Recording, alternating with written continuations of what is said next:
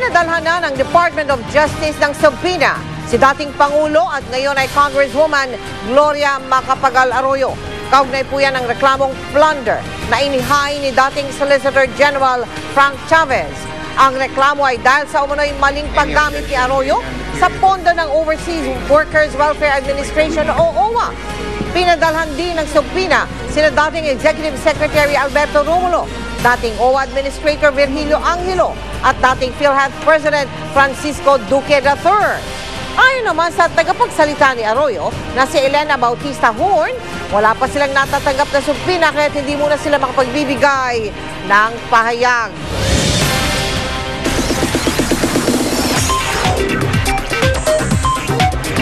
Chika Minute!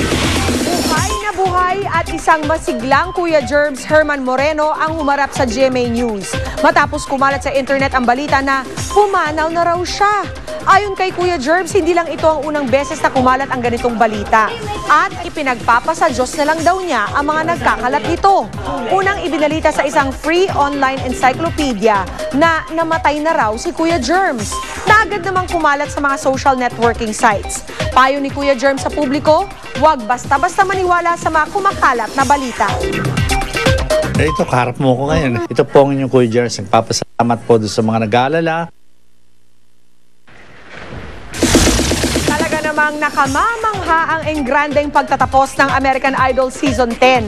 Hindi lang kasi contestants ang nagpasiklaban sa performance, maging ang ilang judges ng hit show. Silipin yan sa chika ni Nelson Canda. Nagmistulang concert ng naglalakihang music artist ang American Idol Season 10 finale. Si Beyonce, humataw kasama ang female contestants. Muling bumirit ang Pinay na si Tia Mejia. Di naman nagpahuli ang male contestants. Nagpakitang gilas din si Jennifer Lopez habang kumakanta ang asawang si Mark Anthony. Bumirit din si Steven Tyler. Inabangan din ang performance ni Lady Gaga. Siyempre di pa uhuli ang top 2 finalist. Si Lauren Alaina, nakaduet si Carrie Underwood. Habang si Scotty McCreery naman kay Tim McGraw nakipagsabayan. Scotty McCreery!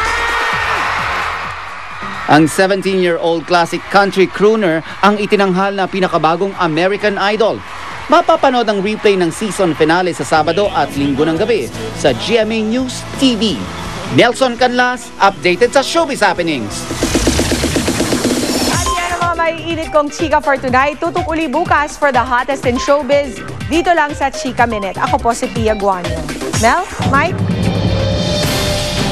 Salamat, Pia. Yan po ang mga balitang aming tinutukan sa nakalipas na 24 oras. Maraming salamat sa inyong pagtitiwala. Mula sa tahanan ng katotohanan, ako po si Mel Tiangco. Ako po si Mike Enriquez. Ito ang GMA, walang kinikilingan, walang pinoprotektahan. Walang kasinungalingan, serbisyong totoo lamang. At dahil hindi natutulog ang balita, Nakatutok kami 24 oras.